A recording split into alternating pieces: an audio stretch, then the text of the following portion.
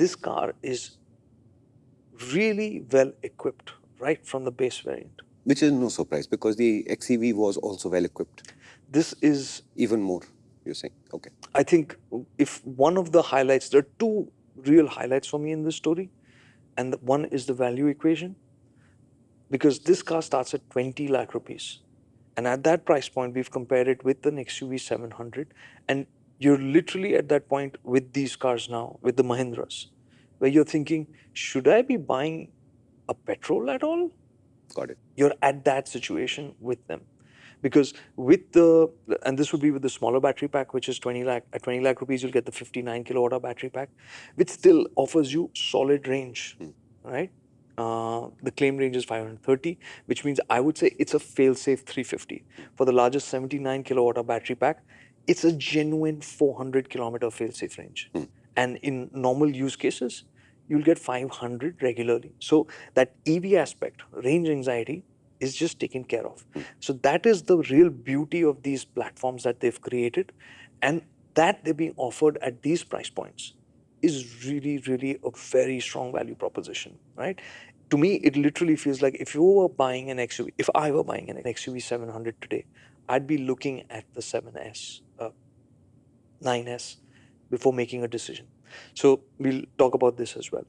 We've discussed this in an episode of Disconnect earlier, a couple of weeks ago, saying that today when I'm thinking about an electric versus ICE, the thought process has changed fairly, because we're thinking about resale values of an EV down the line and saying that we don't know what they're going to be. Right. But at this point in time, we're at a very interesting stage where I can't say with surety what the resale values of a petrol and definitely of a diesel, what would they be in 2032?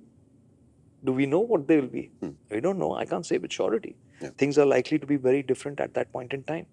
So we are at the very interesting point, like which way is this going to tip? And with value, like Mahindra has unlocked. And for this, 100%, they have to be given credit for what they managed to unlock in terms of the pure EV ability, in terms of range being offered at this price point. Okay. And they have also done a very interesting thing. With the mid-spec variant, they've introduced a third battery pack option. Okay. Which is a 70 kilowatt hour. So it sits in between these two, which has a claimed range of 600, which means this is again like near about 400 in the real world, easy, which comes in at 25 lakh rupees. And to me, effectively, that is the variant they've created to take on the Tata Harrier EV. So that kind of stuff is going on, but still effectively what they're doing is unlocking massive value here. And so that's the one highlight for the car there in terms of what they've packed in with the low variants. The mid variant, which is the pack 2 above, it's called that, is the one that you should be looking at. Pack 2 above. Above. So they have... So like a railway compartment with the family traveling and getting ready to sleep for the night. So it's like instead of the plus or the O, it's a above. So it's pack 2 and pack 2 above. Okay, but they don't have a pack 2, just to be clear. There's pack 2 above only. So there's no pack 2 or pack 2 below? So there is, okay, since you've asked, there is pack 1 above, pack 2 above, and then there's a pack 3 and a pack 3 above. And beyond? No, that's it. No more space. Yeah. So this is the lay of the land in terms of the variants. And the base variant is available with both the battery packs, the smallest one and the largest one. The other two variants, all the other variants are available with the mid and top. Mid and top for the mid spec, and the top ones, as in pack 3, gets only the large battery pack. And that's today. That could change next week.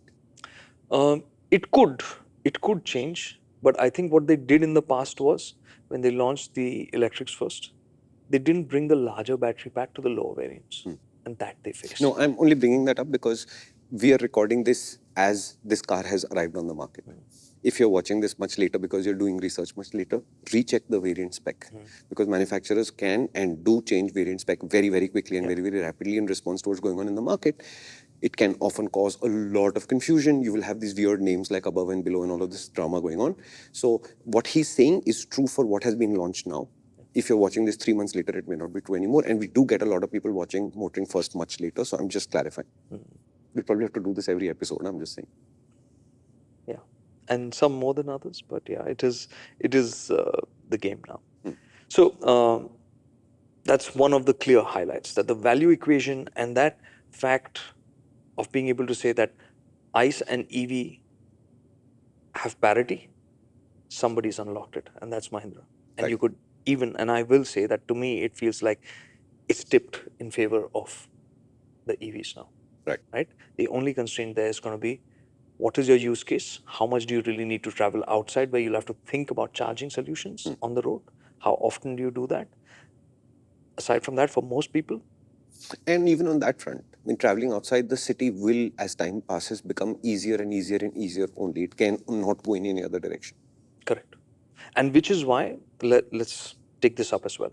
If you're buying an EV today, my default recommendation to you will be buy the biggest battery pack, because the charging networks will get better, which means your ability to use the vehicle just flexibly, thoughtlessly, will only get better with time. Correct. And that larger battery pack will take away this thought of, I have an EV, especially with these cars. Yeah, makes sense.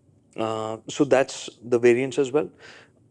The highest variant I'm just ignoring, because to me the only real feature there that is of my interest, and I would really love to see it on all the variants, is the acoustically shielded glass that it uses, which adds to the sense of quietness in this cabin, and which is definitely very impressive. That's the other highlight for me in this car. Okay. When traveling in this car, at first it was just like, how it's so quiet that even when you're at light throttle, you can hear that slight electric Oh, nice. of the motor. You can hear that. It's that kind of quiet. So we were talking to the engineering team, and they were saying that generally, and this feels quieter than the 9E distinctly. Okay. So Distinctly. S for silence also. My God, they're going to love this. Okay. So No, we'll come back before you fall in love with my ability to decipher your names. We'll come to the names also, because remember, Mahindra and Mahindra became simpler as Mahindra. But Yeah. the car names are just. So it was a question as to why does that happen with this car, which is in that sense a modified car. So I was given to understand that basically this body just seals better. It's just tighter. How? Because maybe it was first designed as a monocoque and then adapted, whereas an EV would have the battery pack as a major reinforcement area for the car, and the rest of it wrapped around it. So this cabin is just much quieter because of that. It's really, really strange. Seems like an unintended benefit more than a Yeah, planned. it is 100%. Got it. 100%. So that quietness was a clear highlight in this car. Okay, so I have basically tackled two of the things which I remember this car for most strongly: Value and silence. value, and that's silence.